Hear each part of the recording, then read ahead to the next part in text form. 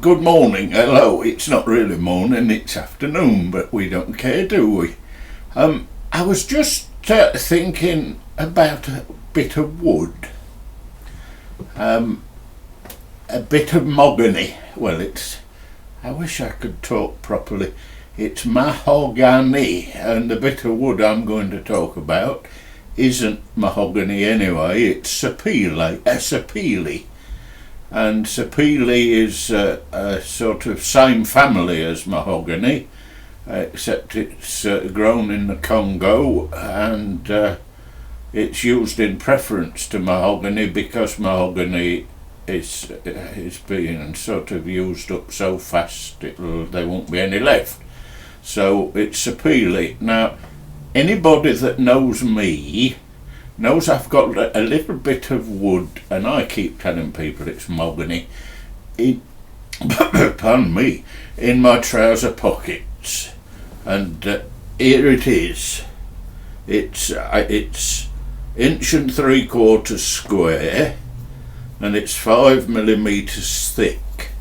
Now you might think, well, what does the daft git carry a bit of wood in his pocket for? Well, I can tell you it quickly. I used to go into a fairly posh place and ask them to make corned beef fritters for me, and they did it, and it was absolutely beautiful. And it was a little incongruous. That might not be the right word, but we don't care. It's a little incongruous that I should sit in a posh place eating corned beef fritters. Now, sometimes I'd send message to the chef. I'll have 8 fritters, and he'd get a tin of corned beef, and he'd cut it into 8 slices, and he'd chuck it in batter, and he'd chuck it in the chip pan, or a deep fat. I wouldn't call it a chip pan in a posh hotel, but that's what I call it. And out would come some corned beef with a lovely, lovely crunchy batter round it. Well, the chef was a clever chap, but he was a bit daft sometimes as well, because I'd say to him some days, I don't think I'm too hungry today, Ron. I'd like only 4 fritters. So he'd take a tin of corned beef and he would cut it into 4, and I'd still have a blessed tin full of corned beef to eat. I remember once I said, I only really want a couple, Ron, I'm really not hungry. And he takes the tin, he opens it, he cuts it in half and slaps batter around it, and I've got a tin full. Well, I thought to myself, so I started sending messages down. I would like it to be about the size of an after 8 mint and as thick as a pencil. Well, what they thought an after 8 mint was, the good Lord only knows, because I kid you not, the chaos that caused.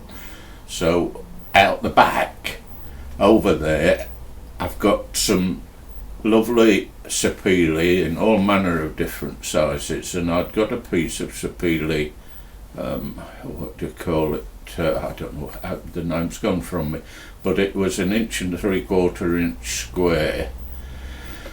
So I went out and I cut 5 mm off the end of it and cleaned it up and polished it a bit, and you can see this is a bit greasy now. Do you see? It's not beautiful light figured timber like sapele or mahogany would be.